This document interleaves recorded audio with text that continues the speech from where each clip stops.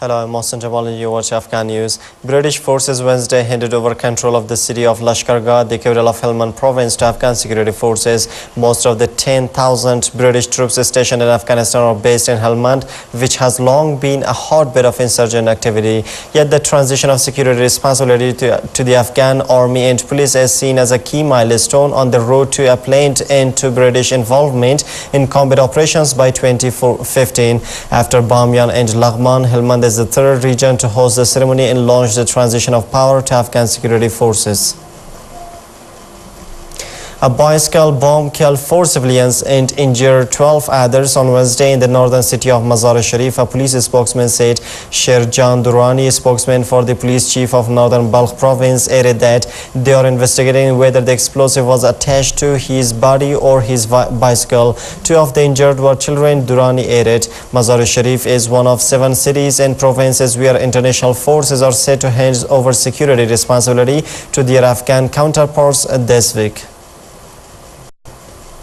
Militants stormed a police station in the volatile southern Kandahar city on Wednesday, killing the commander of the station and sparking a gun battle, Kandahar officials said. Zalmai Ayubi, spokesman for the provincial governor, said the commander of Kandahar city's 1st district police chief was killed, while 6 others, including 3 policemen, were wounded in the attack. Ayubi added that 3 Taliban militants, including Mullah Speen, their commander, were also killed in the gun battle. Meanwhile, Taliban claimed responsibility for the attack, with its spokesman Qari Yusuf Ahmadi saying that they have killed several Afghan security forces in the attack.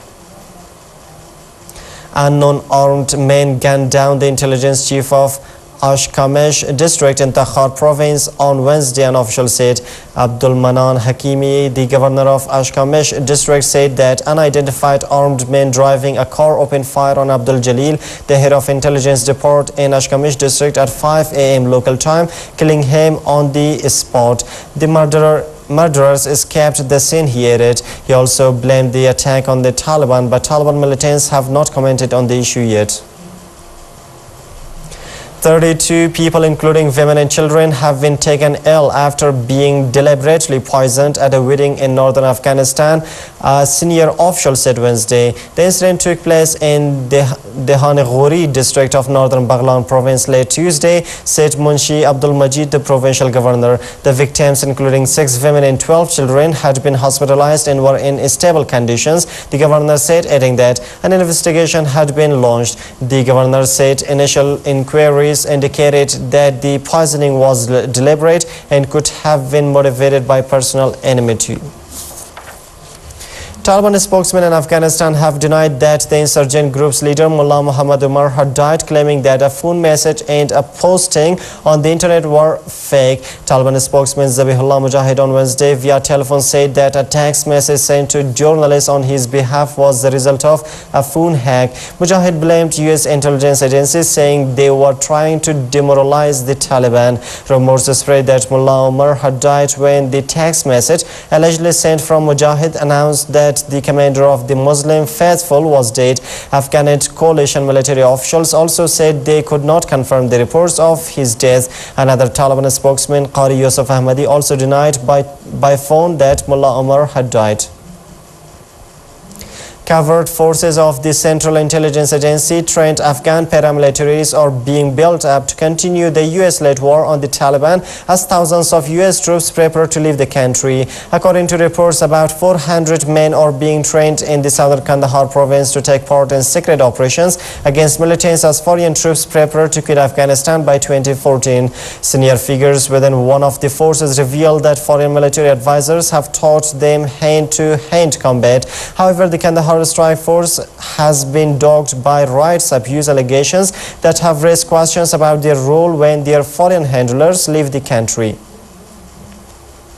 Pakistan has spent at least $4 million since the mid-1990s lobbying the US Congress and the White House in a covert attempt to influence American policy on the disputed territory of Kashmir, according to a Federal Bureau of Investigation affidavit filed in a U.S. court. 2 U.S. citizens have been charged with illegal lobbying, U.S. authorities said on Tuesday. FBI agents arrested Saeed Ghulam Nabi, 62, in Virginia on charges that he failed to register as an agent of a foreign government. Zahir Ahmad, 63, was also charged but is believed to be in Pakistan. The arrest and allegations may further strain relations between Washington and Islamabad, which have been fraught since U.S. forces conducted a secret raid in Pakistan in May that killed Al-Qaeda leader Osama bin Laden. Libyan government forces and trucks disguised with rebel flags have shelled opposition positions near the strategic eastern oil town of Brega, killing 13 rebel fighters and wounding dozens more, officials said.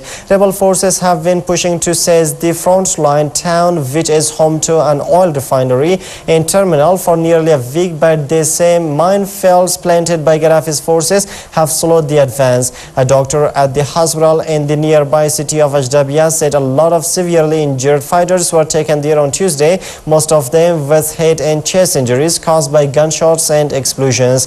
Meanwhile, in an audio message directed at a rally of thousands in the town of Al-Azizia, Muammar Gaddafi emphasized the importance of Libya's vast oil wealth to his regime and called the civil war a battle for their way of life. And that Syrian troops and militiamen loyal to President Bashar al-Assad have attacked a funeral at a mosque in the Syrian city of Homs. Syrian security forces killed 13 people in attacks in the city on Tuesday, residents said. Among those killed were 3 mourners at a funeral for 10 people who were killed by security forces on Monday, the local coordinations committee and activist group says. Homs has been a major center of protests against Assad's rule, and tension has run high between the majority Sunni inhabitants and members of the Alawite minority, the same sect as Assad. Human rights organizations say troop security forces and militiamen killed at least 1,400 civilians in Syria, adding that more than 12,000 Syrians and personnel who refused to fire at civilians had been shot dead. And that's all for now. Thanks for staying with us.